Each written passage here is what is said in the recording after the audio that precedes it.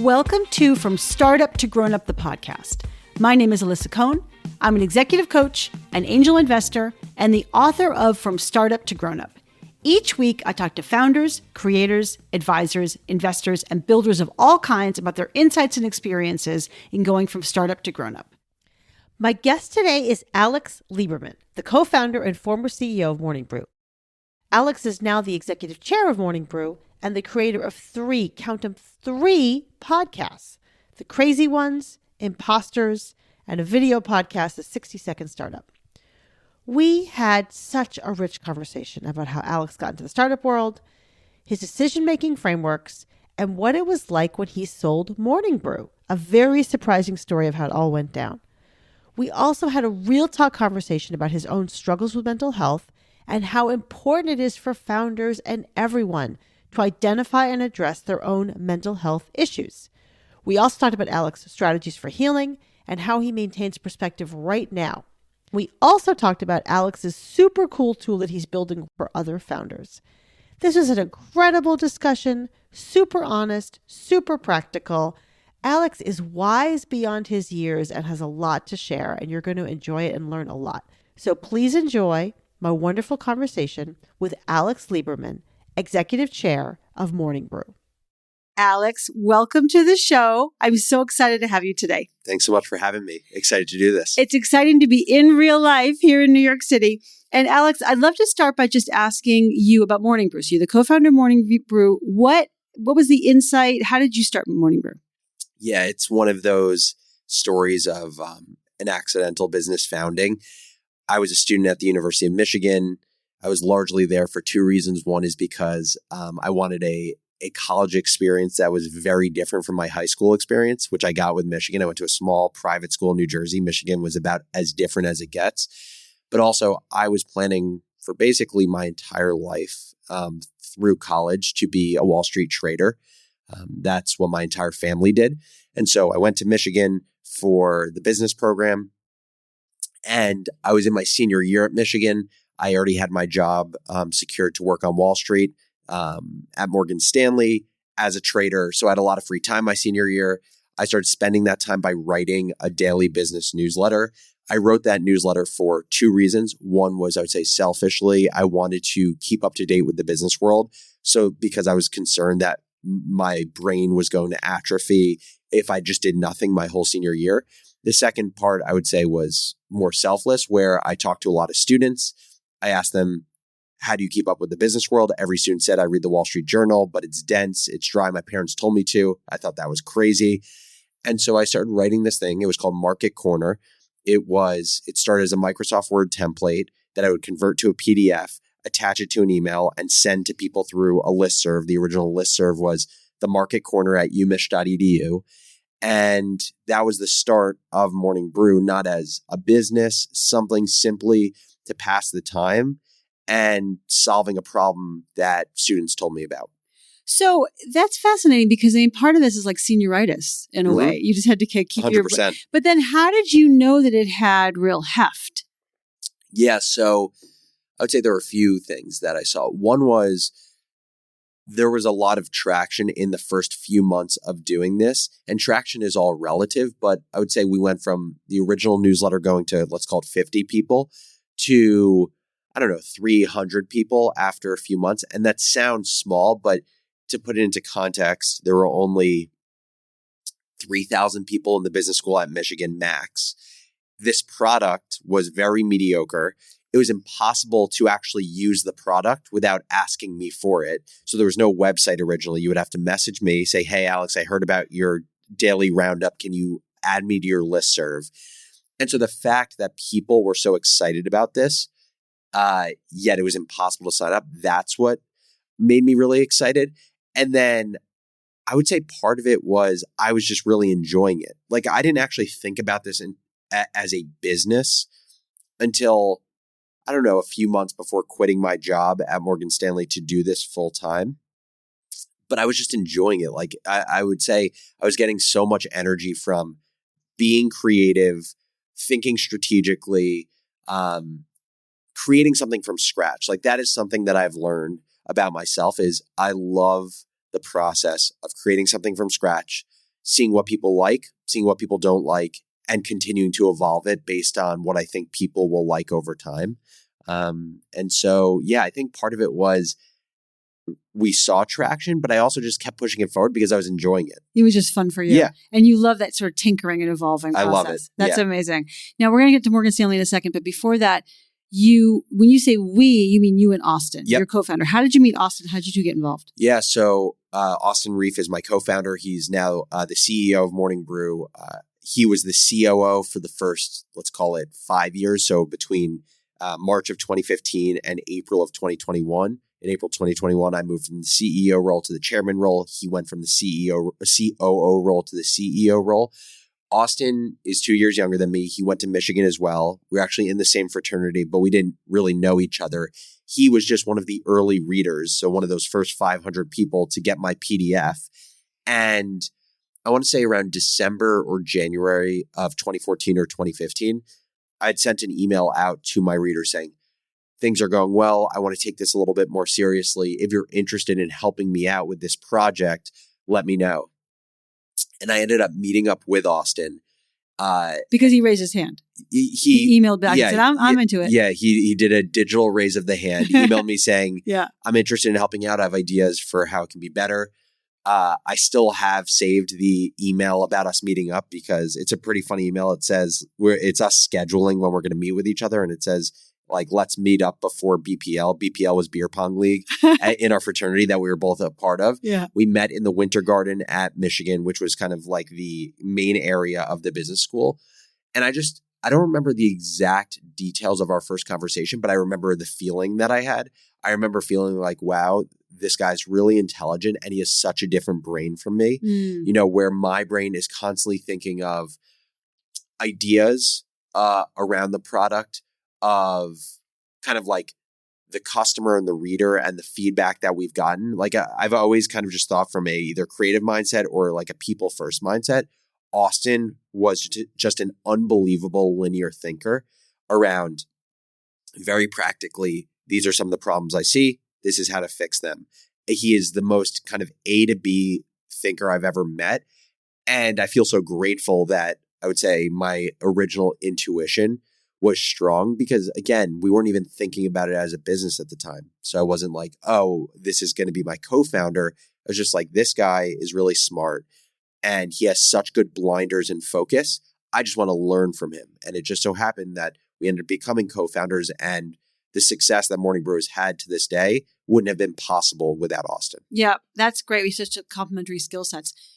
Just to ask, your intuition was good and you probably started evolving into working together. At what moment did you agree to be co-founders? This was your thing and he was helping you. When did that shift? Yeah, I want to say it was,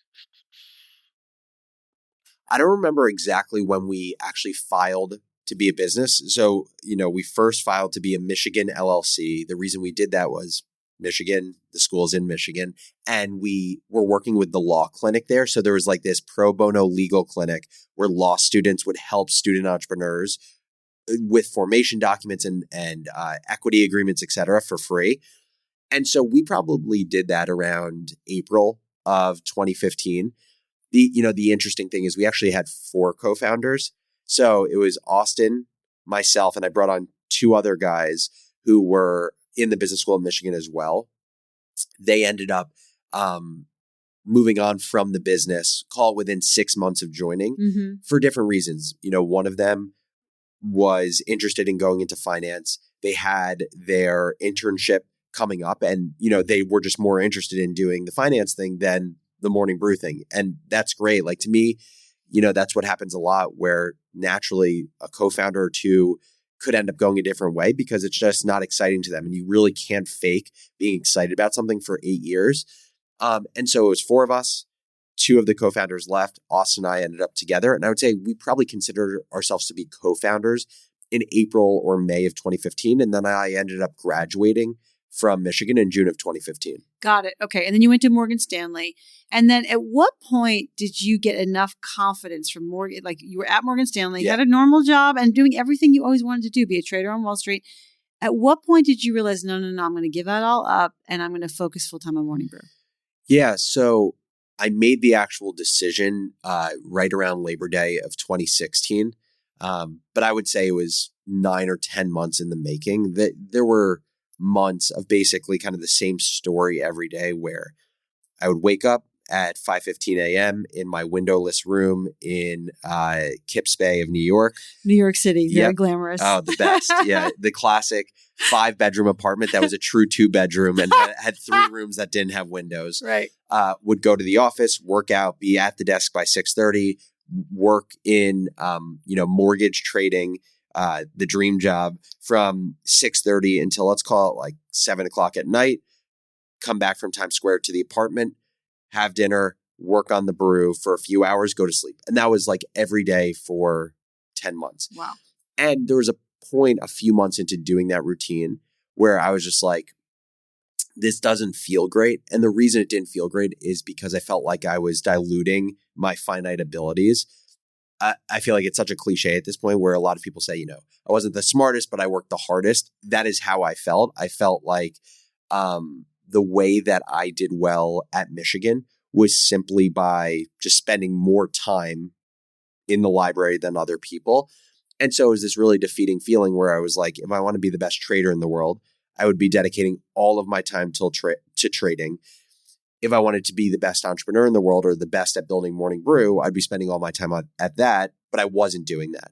So this feeling of dilution felt defeating. I also had this feeling like I enjoyed the time spent on Morning Brew in kind of the late hours of the day far more than I was enjoying trading. What I realized about my time in trading was it wasn't creative at all. And I've just realized about myself that I need to spend time on creative work, kind of purely quantitative or analytical work. It just doesn't land with me. I don't get excited about it. And I feel so grateful that I'm surrounded by people in life that do get excited about those things because, right, like that's how you build something bigger than yourself. And I would say the other thing is I just had this notion that I was going to love trading, not because I actually understood what trading was, but just because I wanted to be like my parents and that is what they did. And so I think by doing the act of trading, I realized for myself that like there was kind of that cognitive dissonance that existed. I committed to something that I didn't truly understand. And I think that's very common for people going into first-time jobs is they're just like, I'm going to do something like my parents. I ended up making the decision to go full-time on Morning Brew for a few reasons. I basically thought about, what's the worst case scenario? So what's the worst case scenario if I decide to go full-time on Morning Brew? The worst case scenario is that it fails because the majority of startups do. Especially media companies, it's very hard to build a media business. And so I said, okay, if that happens, then what are my options? And I basically went through these layers of like, one option could be me going back to Morgan Stanley. If I keep my relationship strong and I have this new interesting experience that provides texture on my resume, I was like, okay, let's say that doesn't work. Business school maybe because building a business in media with the finance experience could be an interesting story. If that doesn't work out, maybe I've met people in the New York City startup scene where I could go build something else.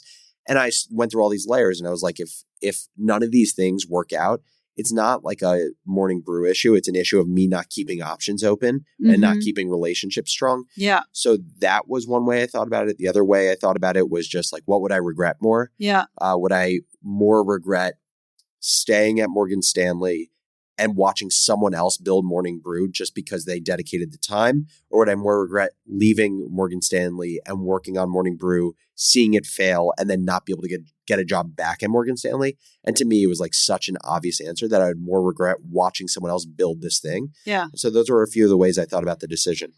Alex, I have to say, how old were you? You were like 22, 23? Yeah, I was. So, I was 21 when I graduated from Michigan. So yeah, 22. Okay. So here's what's normal in my world. I'm a coach. Normal. People who come out of school and they have a first job and they're experiencing some, oh, what if I do this and what if I do that? Oh, no. And what I say to them is, well, even if you fail, you'll be able to get something else and keep your relationship strong. What really matters is building experiences and all the things you just said.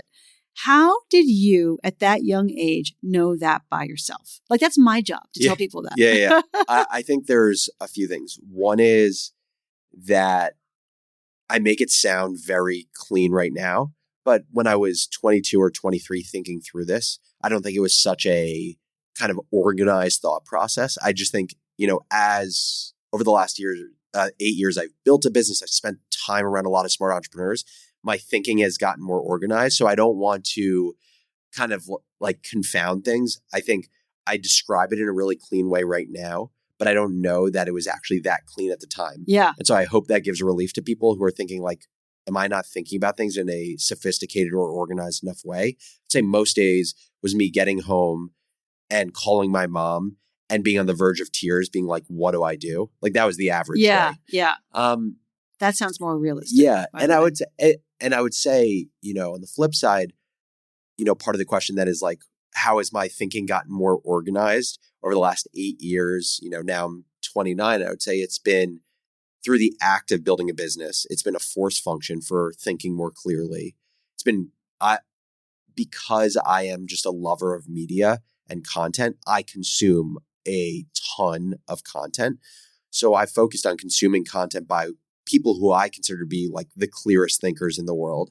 And then going back to having Austin as my co-founder, that was one of the things that I was most attracted to when I first spoke with him in the Winter Garden was his ability to think at a more sophisticated level than people twice his age. Mm-hmm. So I think also just through osmosis and talking every day with him for the last 8 years, it has made me a better thinker. I see. And so that kind of helps you reflect on your experience now and maybe make sense of it. Yeah. And so, was I kind of like the most disorganized thinker at the time? No. Was I as organized as I describe it today? No. It was probably somewhere in the middle. There were some days where I went through kind of these trade-offs and other days where I was just like kind of acting in an irrational, emotional moment where I was just like, F this, I want to go do something else. Right. And also the whole notion of just that feeling of despair. Yeah. And then one other point I would make is the other kind of lens that I looked at things through that I didn't mention before is, and I've talked about this in the past, but I would say losing my dad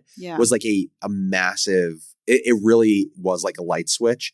And again, I think it feels cliche to say, having a moment like that gave me perspective. But it really does.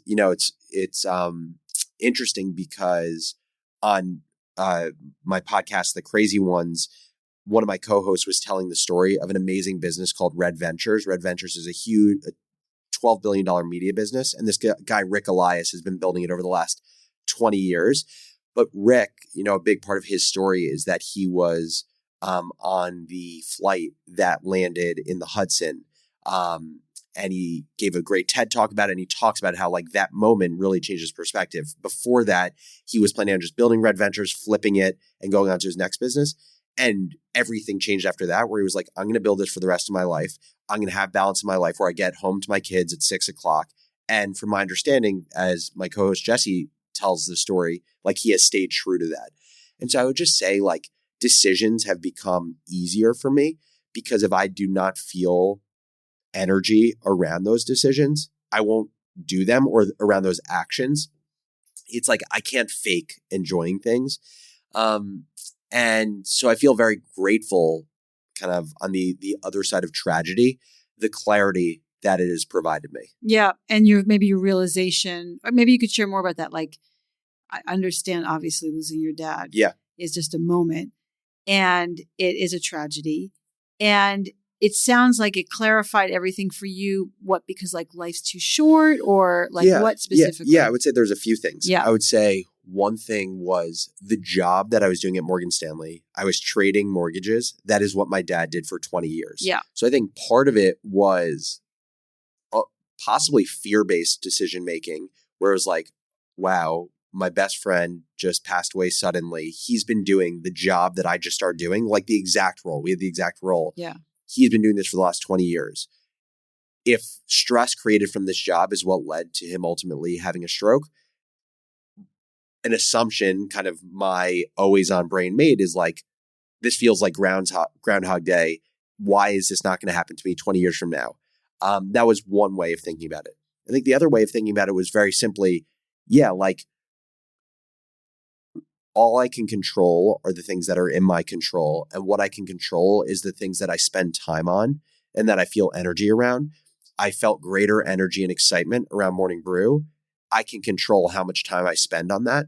And now, one point I'll make is that I only had the ability to control that decision because I had the privilege of my mom covering my rent for 10 months after I quit my job at Morgan Stanley and went from an $85,000 salary to a $0 salary.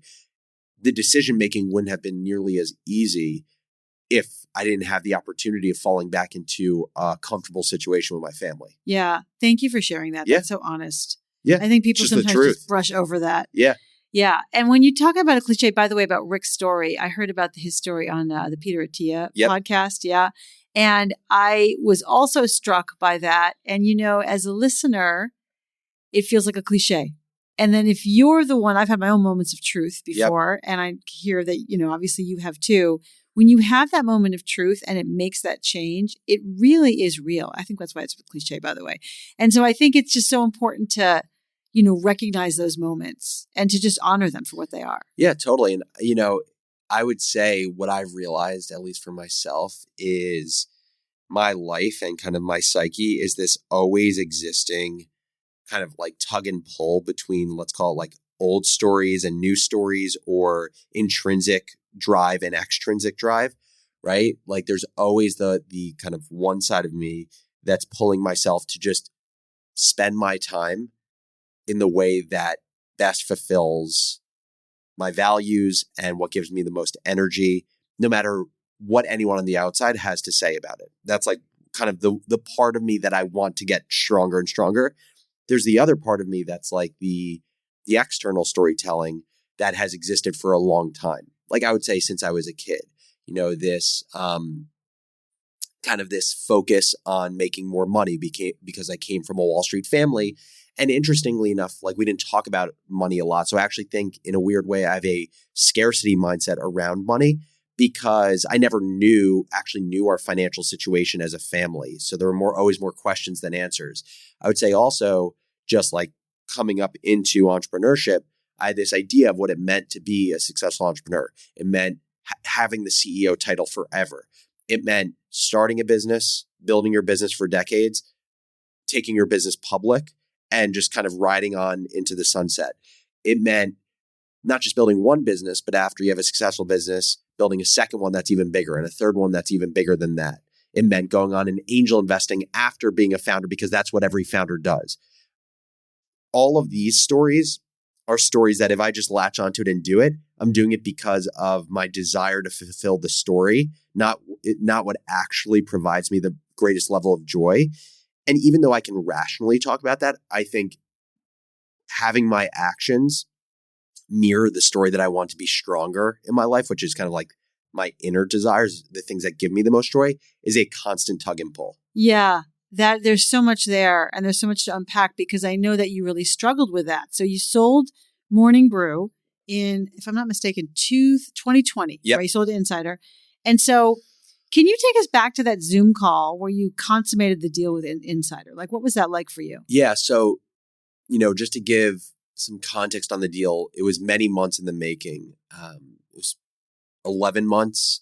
We started talking with Insider in November of 2019.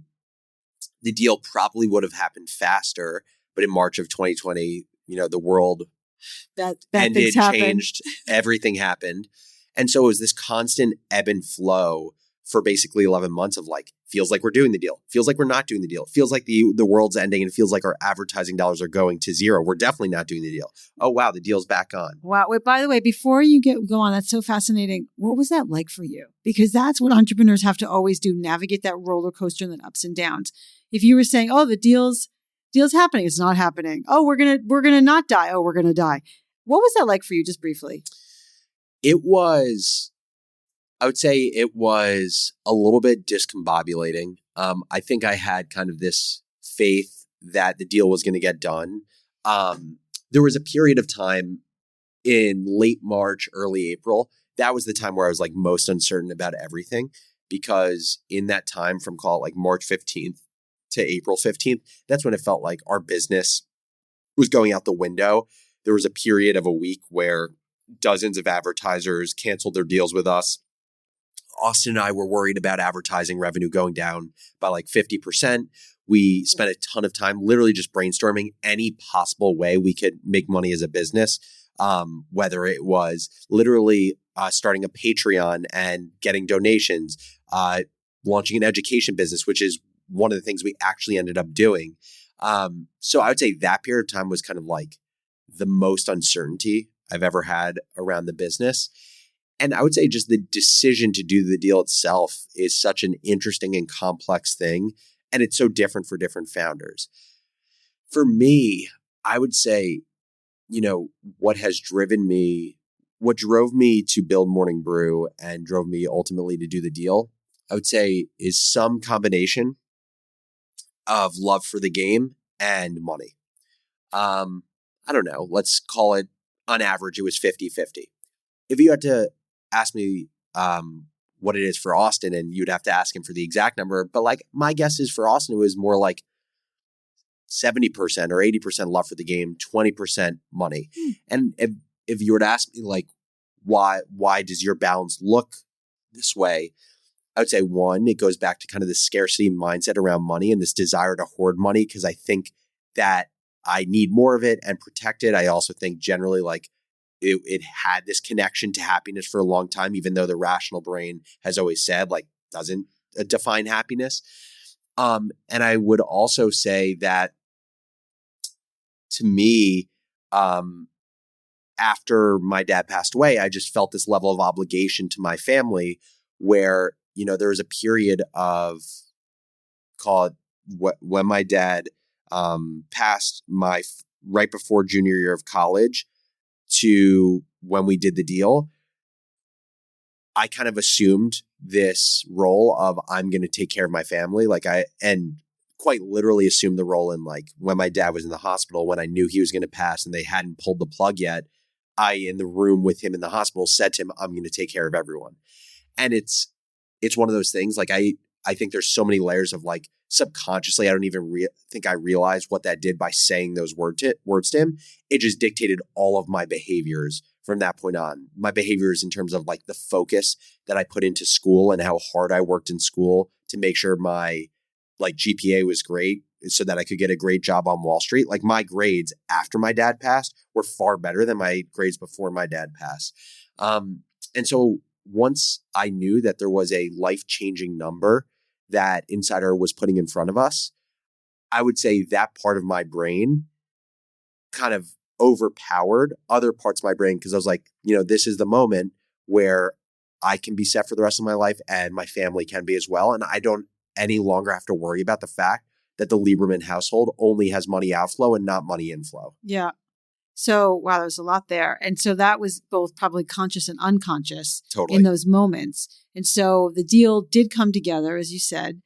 And what was it like for you to be, I heard you talk about this and I'd love you to share with our listeners, like, what was it like for you to be on the Zoom call when you're like wiring the money? Yeah. Because you made this decision. And again, it was rational and also subconscious, like in some ways paying a debt to your dad. But there you are in the actual moment. Yeah, I would say underwhelming is the word. Yeah. I mean, I still have a screenshot of the Zoom with Austin, myself, Insider folks, Axel Springer folks, and like we're smiling in the picture. If you were to ask me like the feelings I was feeling, I was happy, but I wasn't like ecstatic. I wasn't crazily excited. I would say my mom and my fiance were more excited. Like they had champagne it was in my mom's place in New Jersey because it was during the pandemic and we were living with my mom. Like she had champagne and balloons and they were, when the Axel folks said that like the wire transfer was starting, like my mom and my fiance were like cheering for me, but I didn't feel any of that.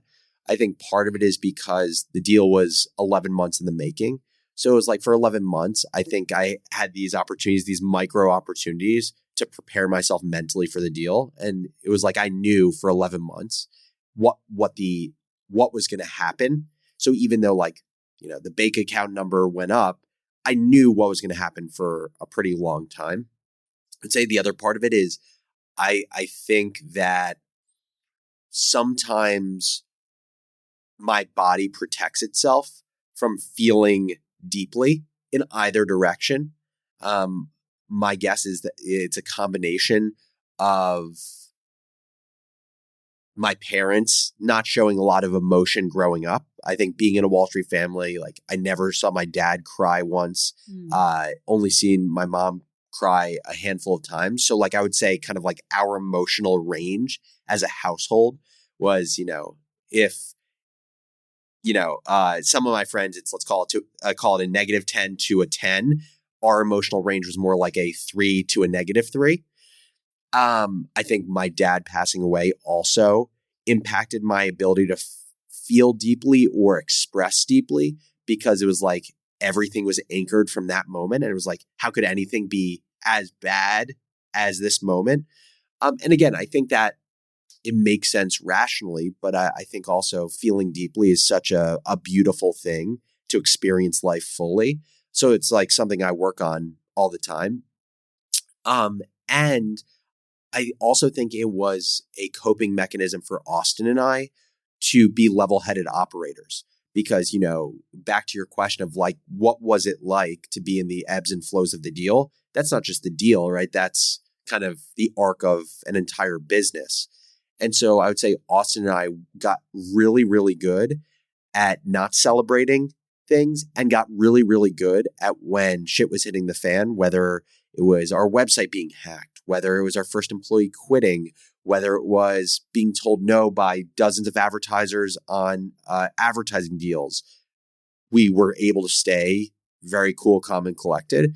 And so I think that is effective in building a business. It's less effective in every other aspect of life. Right. And, for all of us, we get sensitized and we learn a certain set of skills. And then it's not like you can just turn them off when you go home at night. Yeah. And those skills, again, they can be useful for certain things, but not in other contexts. Totally. And to your point about the ups and downs, I mean, every single founder I've ever dealt with, talked to, coached, experienced, anything, they all talk about the surprise of the ups and downs, even though everyone talks about the ups and downs. But it's actually a surprise when it's happening to you. Did you find that way? I didn't find it to be particularly surprising. Again, like I think Austin and I got so good at being numb to the ups and downs. Like I think Austin by nature is a kind of more stoic figure than I am. And I think I just got very desensitized. So yeah, I would say like our level of reaction to the ups and downs absolutely happened. But I think our level of reaction, it reminds me in some ways of, have you ever heard of Alex Honnold? He's the rock climber. Yeah, the rock climber. Yeah. So Alex Honnold, they're considered the world's greatest rock climber. There's the documentary about him called Free Solo. Free soloing, for those who don't know, is where you climb up a mountain without any harness, ropes, or support.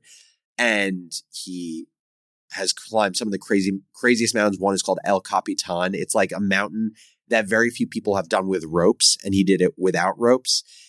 And he gave a TED talk about his free soloing, and they did MRIs on his brain around triggering kind of the visuals and taking him back to the moments when he was free soloing and that he could have fallen to his death, etc.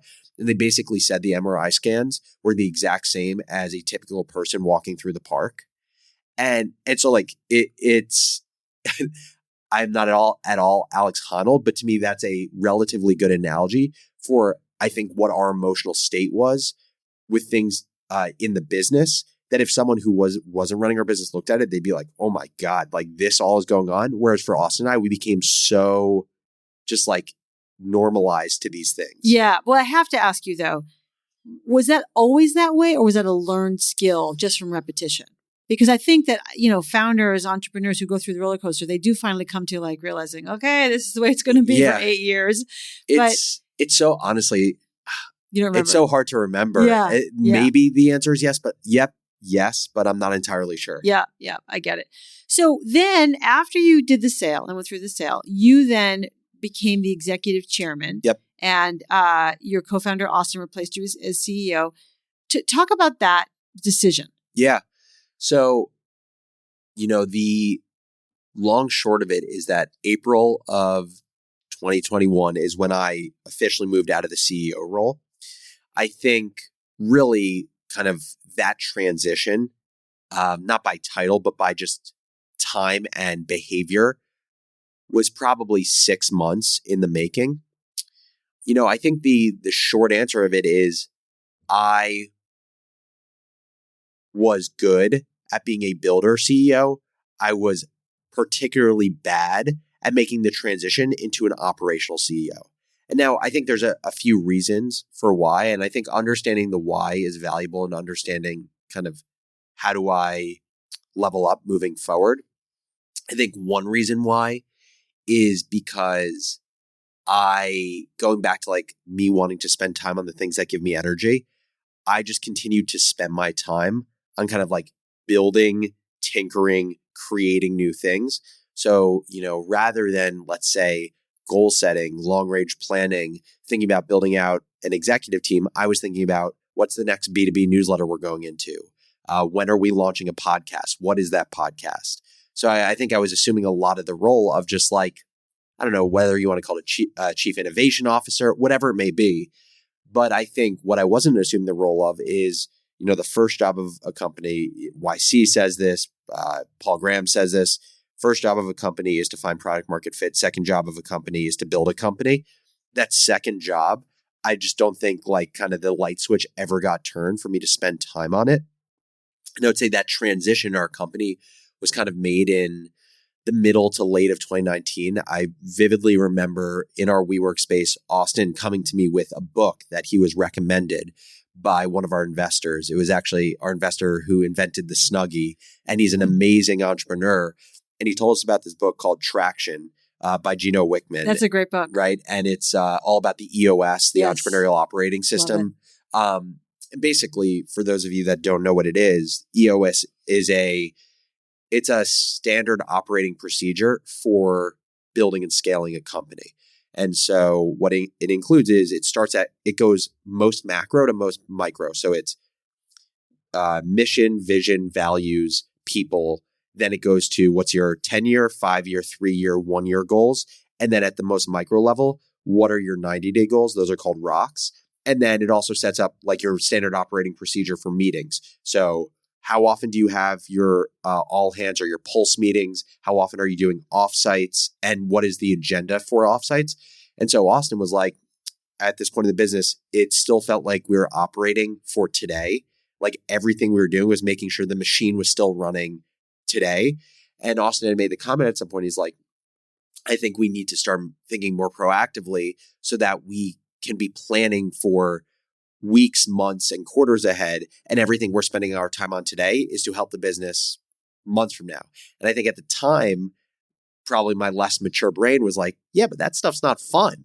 And I remember Austin had told me to read that book. Of course, the first time he asked me, I didn't read it. And then he followed up and he's like, dude, you got to read the book. Like, this is literally about the future of our business. And in retrospect, like it was such a rightful comment to make. And so, yeah, I think a big part of it was I didn't make the mental transition from building to operating nearly soon enough. And then, the other piece of it was around just my own mental health. I've had OCD since, I can remember. And I was in kind of a very intense period of OCD or obsessive compulsive disorder for probably all of 2018 or a lot of 2018 into most of 2019. And so during that period of time, it's when I had my first panic attack ever, woke up in the middle of the night, gasping for breath, thinking I was going to pass out, had panic attacks for, probably a month straight until seeing a psychiatrist. And so, probably to take a little bit of the pressure off myself and not just kind of deliver all this critical feedback to myself, there was also a part of me that I think was not present enough in mind to be thinking about the transition in the business, because I would say for a year to year and a half, it was a full-time job managing my psyche, where when you're building a business, if you're really enjoying the process, I would say 90% of your thoughts are about the business. You go to sleep thinking about ideas for the business. You wake up thinking about kind of the biggest blockers to remove in the business. For that year to year and a half, that was not what I was thinking about. I was going to sleep thinking about my obsessions. I was waking up thinking about my obsessions. That must have been so difficult. Yeah, it was brutal. And again, like I don't know why it is, but I always look for kind of like the opportunities and things. So what I find is like the experience with OCD, the experience with my dad have given me kind of like a beautiful skill of seeing the best in people, of empathizing with people, of having an emotional toolkit that I feel very grateful for. But yeah, it sucked. It absolutely sucked. Yeah. I also didn't realize that OCD was a thing that would kind of go in and out a little bit. Like you probably always have a backdrop of OCD, but sometimes it's super intense and it's in the background. Yeah. I didn't know the that. way that I think about it is kind of my base level of OCD for let's call it between 2015 and 2020 was, let's call it like a 3 or 4 out of 10, where there was always some amount of like little bits of pressure that I felt on my chest. Like if you envision like a 5-pound weight on your chest, that's what it felt like. During periods of constant obsession and rumination, you can basically assume that it felt like a 25-pound weight on my chest, that 90% of my thoughts were about my obsession, that it almost felt like a kind of, if you visualize like when you have like kind of one of those swimmers in your eye and you like look out of your eye and it's kind of blurry. Imagine just like there's a whole film of fog over my eye where like I'm not able to be my most 100% present self in any aspect of life. And I would say my obsessions have changed form over time, the things that I obsess about, but they all have the kind of the same pattern. The things that I obsess about are always extremely important to my identity. And there's no way to objectively answer my obsessions. It's always, there's an unknown piece to it. So to just give one example, something that I ruminated a lot about after my dad passed away was my health. And this happened to like a close family member of mine as well, where they had very significant health OCD after my dad passed away, and it led to eating disorder for them. For me, what it led to is there was a period of time where I wouldn't run on a treadmill because I was so fearful that if I got my heart pumping too fast, I would be one of the young people who had a cardiac arrhythmia and just drop dead. And unless I went to a cardiologist and got my heart mapped every week, there's no way to definitively answer if I'm going to drop dead or not. Right. Like it's an unanswerable question. Right. So what compulsion in OCD refers to is compulsing on your thoughts. So taking this thought of, I am fearful that I am going to drop dead while running on a treadmill, so I'm not going to run on a treadmill. It's avoiding the thought versus what you're taught to do with OCD, with anyone who has OCD. And by the way, something I've learned recently is how prevalent OCD is. At least 5% of adults struggle with OCD. What you're supposed to do is, it's called ERP or exposure response prevention, where you actually go and you run on the treadmill and actually test running on the treadmill as fast as you can, where you actually desensitize yourself to the provoking thought. So that's one example of it, but it's manifested in different ways over the course of my life based on what is most important and provoking at that time. Yeah. But there are periods, again, where I go through like the 3 out of 10 stage where there isn't that thing that my mind is just constantly grabbing onto for weeks or months on end. Yeah. That's a lot to handle. And I'm curious if maybe some of your OCD was coming up for you when you then stepped away from operational day-to-day of the business. Yeah, absolutely. I would say partly because I just had more free time. So there was more time for my brain to wander. And I'd say the other big thing that came up for me, and I don't know if this would be considered OCD, I just consider it to be more like self-doubt, the opposite of self-loving, is I found myself to be very kind of self-critical and self-deprecating after I moved out of the role, right? Because given the backdrop of kind of my story that I have told myself, and that's a story, whether that's a true story or not, I don't know. But the story I told myself is like, I messed up in my role. I could have been better. And so after I moved out of the chairman role, I wasn't a good CEO. I got lucky with Morning Brew, and I'm never going to be successful again. now I need to build another business in order to prove to myself that I'm capable of this and I wasn't a one-trick pony. What am I going to do for the rest of my life? I'm a 29-year-old. I have no idea how I'm going to fill my time for hopefully the next 50 years. And so, yeah, there was a period of time where like I just felt super down on myself because I didn't know what I was going to do with my time. I felt like my previous time that I spent wasn't time well spent because I wasn't successful in that. So I felt like I had regrets. And so I was just lost. Yeah.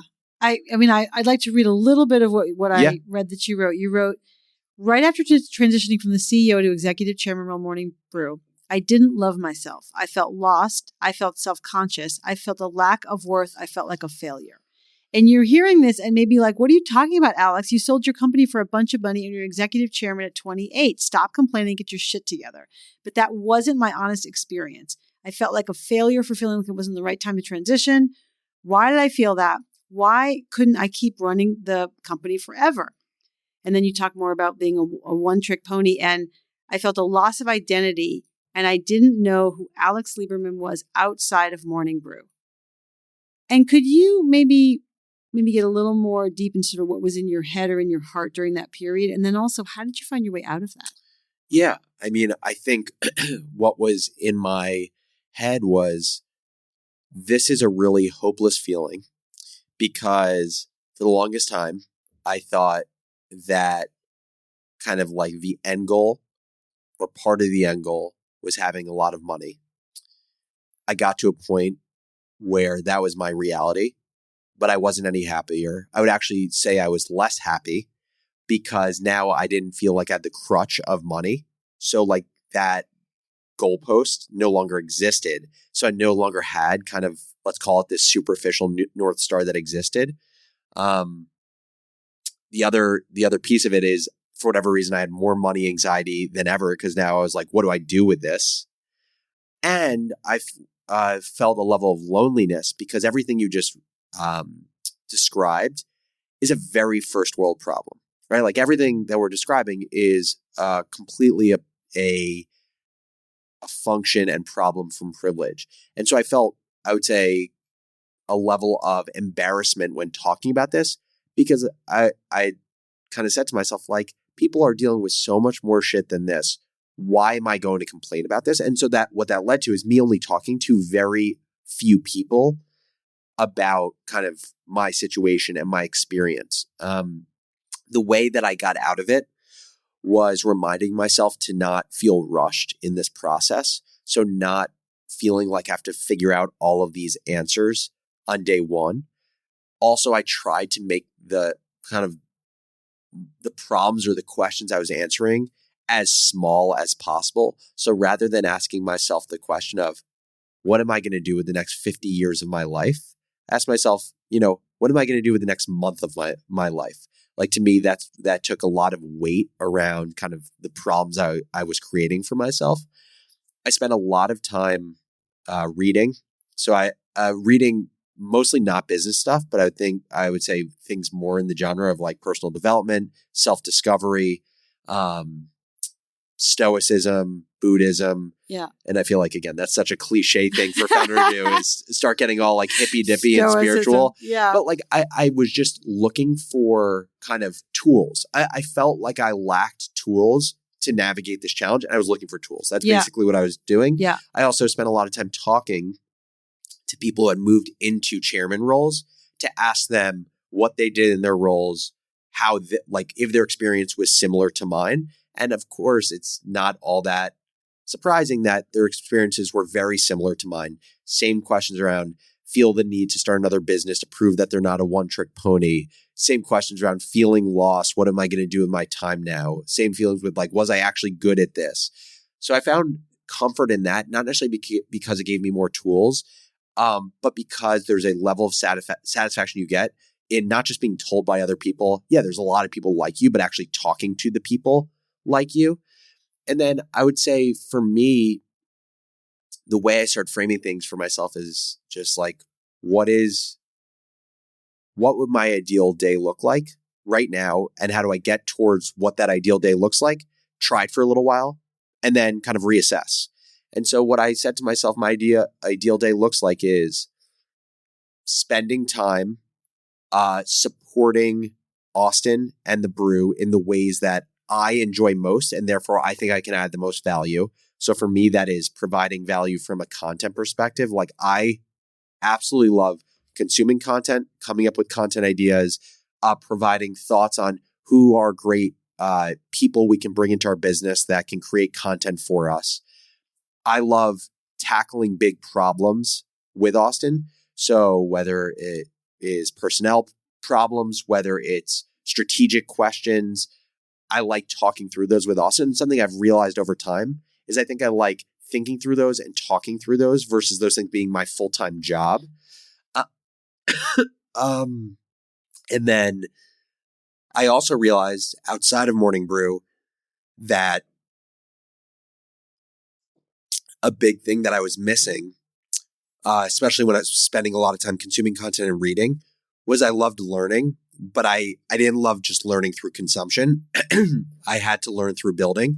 And so I was like, I need to find a way to just like tinker and build again. And so it started at like the simplest level of I've gotten super into Legos in the last year where I've built a ton of Lego related things. I've brainstormed businesses for how am I going to build a Lego competitor because I just love building and it's actually been very therapeutic.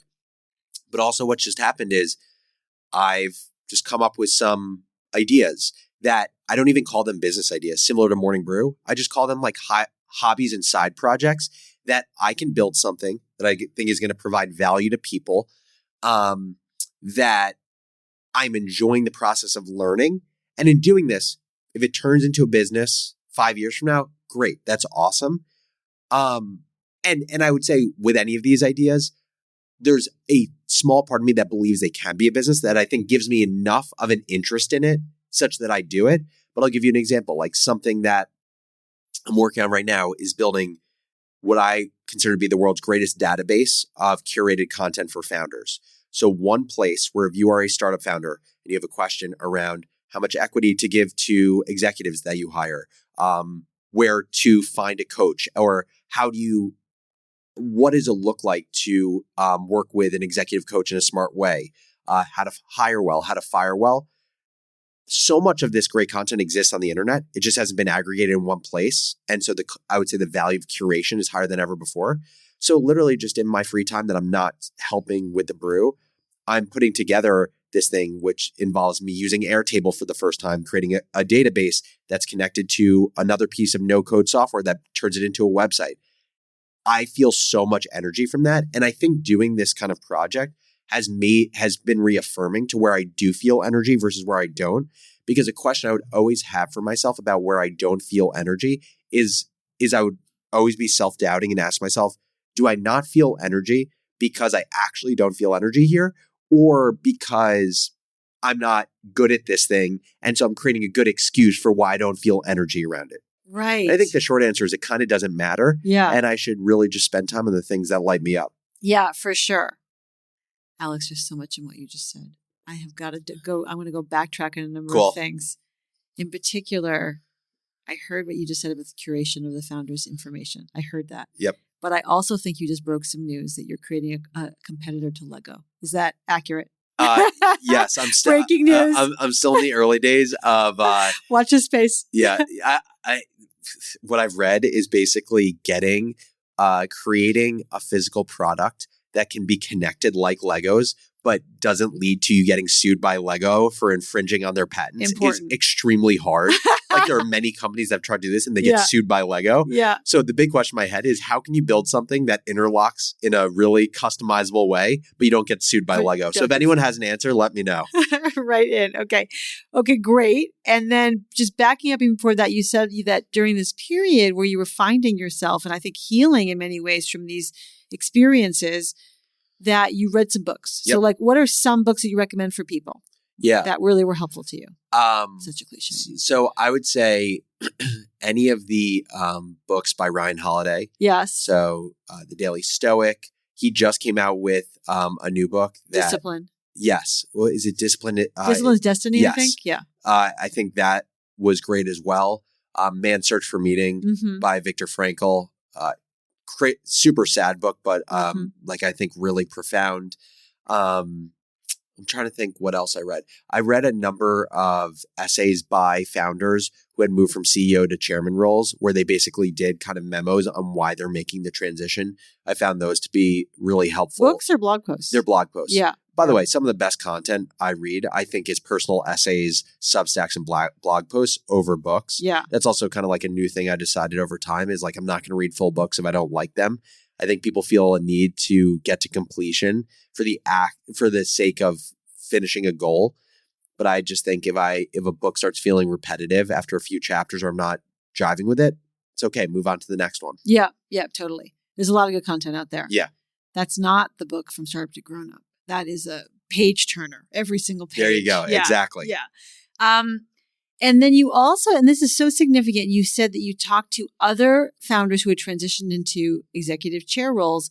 I think that's so important. And I told you before we were filming this or we're recording this, I told you that I think part of my biggest mandate for this podcast is for founders to recognize that they're not alone. That there's other people going through the same experiences. And then, of course, talking to other founders is like the best way to do that. And I guess I'm curious, like, is there one example in mind that you can think of? You may not be able to, but like, is there a story that you remember where you talked to one of the founders who was going through this that you found particularly insightful or poignant or comforting or that resonated with you? Yeah. I mean, I would say the consistent story I was told by other founders who had made this transition was like, you should absolutely not feel the need and you should tell yourself the story that like, building a business that has to be bigger than Morning Brew is a fool's errand that even if you complete that, you're just going to keep moving the goalposts. Like, how do you get to a point of where it feels like enough? I'd say that's the first thing. The second thing is I actually think seeing these people who are a few steps ahead and got excited about something provided a frame of reference of if I tried those things and I didn't feel a similar level of excitement, it maybe was a good sign that that's not the path I should go down. So for example, I spoke to Ryan Hoover, who's the founder of Product Hunt. And he was the CEO. Now he's the co-founder, now he's the chairman.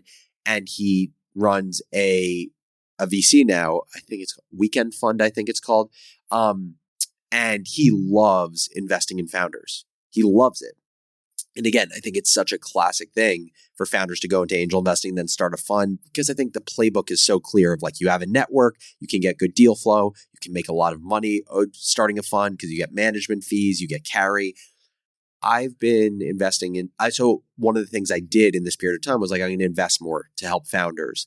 And so I wrote 15 checks over the last 12 months and I was just like, I'm going to see what 12 months of doing this is like. I realized I really don't like investing. I really do not enjoy it. And I think seeing his excitement around it provided a good reference for me realizing it's so clear that it feels like work right now. Yeah. And like it should not feel like work. Right. The other thing that I didn't mention aside from talking to founders is I had a coach. We haven't worked together recently, but it's someone who started as a friend, worked with him for probably a year and a half to 2 years. And something that one of my co-hosts on The Crazy Ones talked about because we did an episode on executive coaching and what our thoughts were about coaching, when it makes sense to get one, the type of like how you pick the right coach is Jesse, my co-host, talked about kind of like this 2x2 matrix of at least one of the 2x2s is kind of like business or strategic consultant or like kind of like spiritual guide, because I would say there's very different flavors to executive coaches. And the big thing with my coach is, you know, he has amazing business savvy. He ran a media business. He started Summit, which is one of like the big conferences. Oh, yeah. And so he had this media and operational experience, but like he had been committed to kind of like spiritual work for call it the last 9 years, started with Eastern work and like Buddhism. And now he's done a lot of Western work. And I would say for me, for what I needed as I was coming out of my CEO role, had lots of questions, lots of doubts. He was the perfect person to talk to help navigate that time. Yes. I just want to emphasize and highlight that there are so many different kinds of coaches who do different things. Yep. And you've got to find the person who's going to be able to help you on your current mission. Totally. Yeah. And I think at the end of the day, I think of coaching like I think of finding a co-founder or finding a romantic partner in life where it's a process. Like it shouldn't be like a point and shoot, you found your person. And I say that especially with coaching because I think there's a ton of bad coaches. And the reason I believe that is because anytime you have a career path where it can be lucrative and the bar to enter is super low, you naturally will have people that enter. There's going to be a lot of supply. And so I think what happens is you just have a lot of people that call themselves coaches. They don't have any sort of licensing, whatever it may be, right? It's different than like psychologists where you literally need to have the degree. And so I would argue that actually the best way to find a coach is to talk to 4 or 5 people because, by the way, some may be bad coaches or they could all be good coaches, but there's a coach who makes the most sense for what your personality is and for the acute challenges you have right now. And so, I talked to a number of coaches before I landed on the coach I ended up going with. Yes. Also talk to your friends and peers and other founders to figure out who they're working with and why they like that person and get those introductions. And then, the thing you're talking about is so, I think, significant. So the idea that the founder either becomes executive chairman or sells the company, right, and steps away. And there is this depression, loss of identity. Why is that, would you say? Why is that so normal? Yeah, because I think kind of the way we as humans work, this is at least how I try to wrap my head around it. The way we work as humans is like we're trying to satisfy our most basal needs that have been with us for tens of thousands of years. And I would say the number one is to feel safety. And the way you feel safety to me is through status and connection. And one of the ways you feel status, or at least as a founder, is like you feel status through kind of your role in the hierarchy of the business. You feel status through the accolades that you get externally. And so when you no longer have a place in that hierarchy, when you no longer are getting accolades for being the CEO, therefore you've lost your status. To me, you've lost your safety. And Kat Cole talks about this concept of diversifying your purpose portfolio, which, to me, what it basically means is don't throw all your eggs in a single identity basket, right? Don't just think of yourself as a founder and CEO. Don't just think of yourself as a parent. Don't just think of yourself as like a friend. Kind of think of yourself in many ways. You are many things. And I think the reason many founders, including myself, fail at doing that, at diversifying kind of their identity, is because your sense of value ends up being attached to the amount of time that you put in certain parts of your identity. And as a founder, inevitably, you put a ton of your time in this one identity. And so when that time is very quickly taken away from you, you don't necessarily, there's almost kind of like this whiplash that happens because you haven't yet reallocated your time to these other things in your life. So you have to be really proactive and intentional about giving your time to these other things.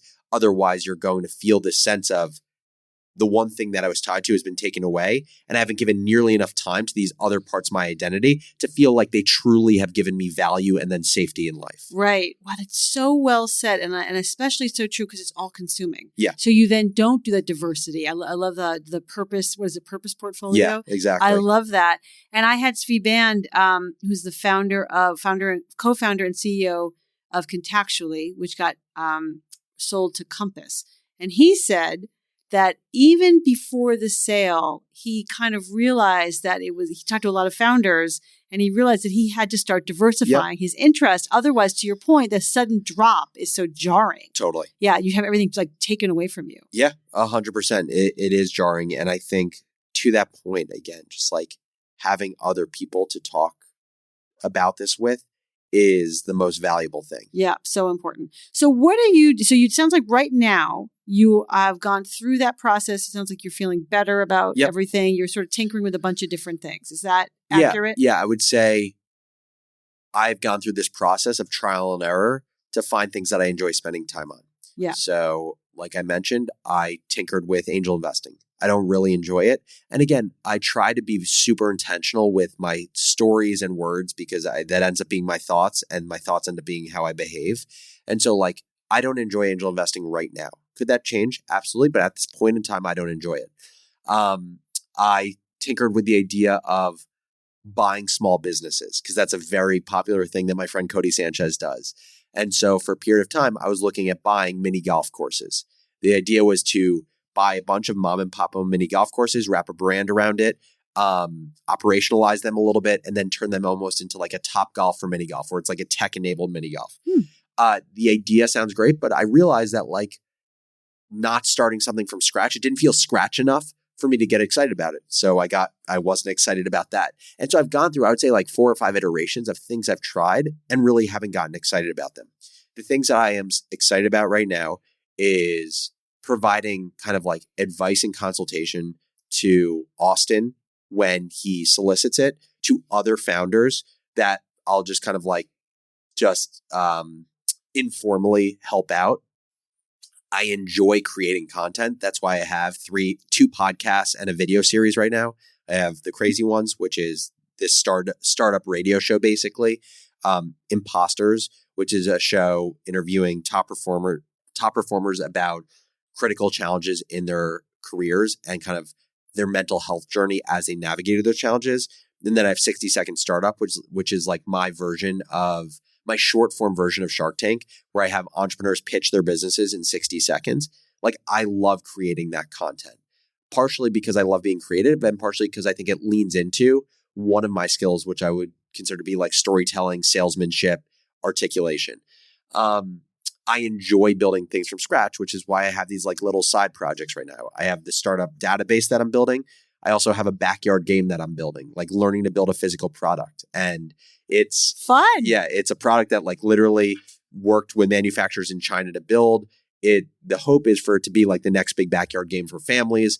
So I love tinkering. And so I actually spend a lot of time now looking at models of people who also like tinkering and have built good structure around their tinkering. So one example of that would be like my co-host Jesse Pujji. He built Ampush, which was one of the largest Facebook marketing agencies in the world. Actually sold that business to Red Ventures. And what he's similar to me, where he loves building new ideas. He loves going 0 to 1 and then having an operator run the business. And kind of like his why, his purpose is to help grow entrepreneurs. And so what he's done is he's built 3 businesses in the last 18 months. He stands them up.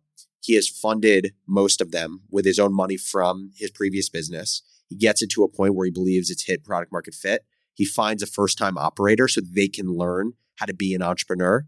He trusts them with the business. They scale it. He moves on to the next one to build, stand up, and find the next operator. And now this has become called like the venture studio model. For a while, it's existed for a while, just didn't always have that name.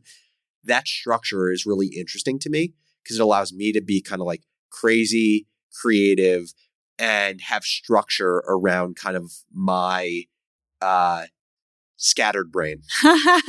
Or your desire to build. Exactly. Right. Boy, I really love that. I didn't actually realize you were doing your imposter video series. Yeah. I'm obsessed with the idea of imposter syndrome. Yeah. You mentioned how you had this experience with OCD, and actually a lot of people have OCD. I think you said 5%. Yeah. That's like, I would say like the minimum. Right. The floor for what it can be. Right. It turns out, you probably know this already, 95% of high performers have at some point experienced imposter syndrome or severe self-doubt. Yeah. Yeah. Not surprised by that at all. Yeah. I mean, have you also dealt with that? Oh, yeah, totally. Yeah. I mean, I would say a lot of what I just, it's my entire story. Listen, were you listening? Yeah, exactly. And no, and that's why I started the show originally. Yeah. Is because I was like, I think so many, beyond creating kind of like groups for people to meet together, how can I kind of provide a solution for kind of like founder and professional loneliness at scale? Yeah. And the idea was a show where the best in the world open up about their imposter syndrome and their self-doubt, because it's just a constant reminder in your ears about even the very best are having likely the same exact thoughts that you have. So true. And the way to get, the only way out is through. Yep. Right? You just got to keep putting one foot in front of the other. And your point earlier about, if I fail, it'll be okay.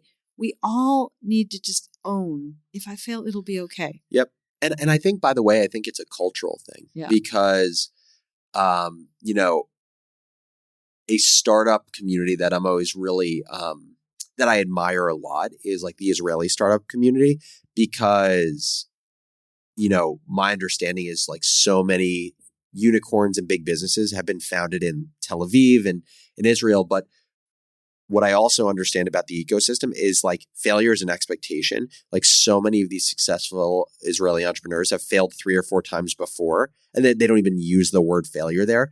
And it reminds me of, I was listening to the All In podcast yesterday, or actually, sorry, I was listening to All In, but I was actually listening to Lex Friedman's podcast where he interviewed Chamath Palihapitiya, who's one of the co-hosts of All In.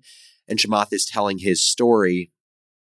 And, you know, he basically talks about like his whole thesis, and it comes from him running product at Facebook, right? Where the original mantra was it build things, or like build fast and break things. Yeah, build fast and break things. Move fast and break things. Exactly. And he's like, you know, the entire way to accelerate in your career is actually to just make as many mistakes as fast as possible, because the way it works, and this is like an old Charlie Munger mental model, is like there's this very tiny circle of the things that you know that you know. Then there's this little bit bigger circle of the things that you know that you don't know. And then there's a massive circle that's like multiples of those two circles that are the things you don't know that you don't know. And so the only way to start pushing the things that you don't know into the things that you know that you don't know, and the things that you know that you don't know into things you know that you know, is by making a lot of mistakes that reveal your blind spots. And so he, on the podcast, he was like, I'm just using the word mistake because that is in the vernacular of our culture. But like, they're not mistakes. Every one of these things are learning opportunities. Yes. Or they're not failures. Exactly. Right. Everyone. Wow. I have to say, I'm so struck like how wise you are at age 29 in terms of being able to figure these things out, which I think takes a lot of people quite a long time. I mean, do you experience that you feel like you've kind of gained a lot of wisdom in your young life? Is that by the way, your experiences, your tragic experiences? I would say it's a combination of I would say my experiences that have given me perspective. I would say it's one of the things that really does attract me so much to entrepreneurship is I think it is such an accelerant of personal growth. I also attribute it to you know, my fiance being, I would say, so high on kind of the EQ spectrum. And, you know, I don't think it's a coincidence that every kind of serious relationship that I've been in my life, the mom of the person that I was with was a psychologist. like to me, that is definitely not a coincidence. Yeah. Is like, I think we look for things that are both really interesting to us, or also that allow us to grow in areas we weren't necessarily provided the same resource growing up. So it's like, I love my parents dearly, and I think they parented me in such an amazing way. But I think one of the opportunities where they didn't even have the tools to develop me was kind of on the emotional side. And so I think that's why I've really sought that out in life. And I would say, yeah, the other piece is entrepreneurship is not just a vehicle for great personal growth as a function of like, you know, having to make a lot of decisions, weighing trade-offs constantly, using both the left and right side of your brains. But I also think the best hack of entrepreneurship is it gives you unfair access to really smart people.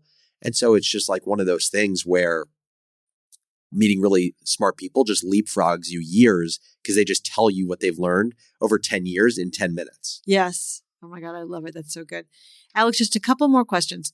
What do you wish you had known earlier on your journey? That it's okay to not be the CEO forever, and that is perfectly fine. That it's okay to be motivated by money. That is perfectly fine.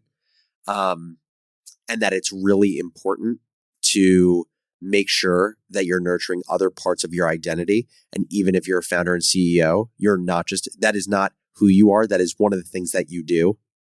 Beautiful. Good. Thank you so much. And what advice do you have for other founders as they embark on their journey to grow into leaders?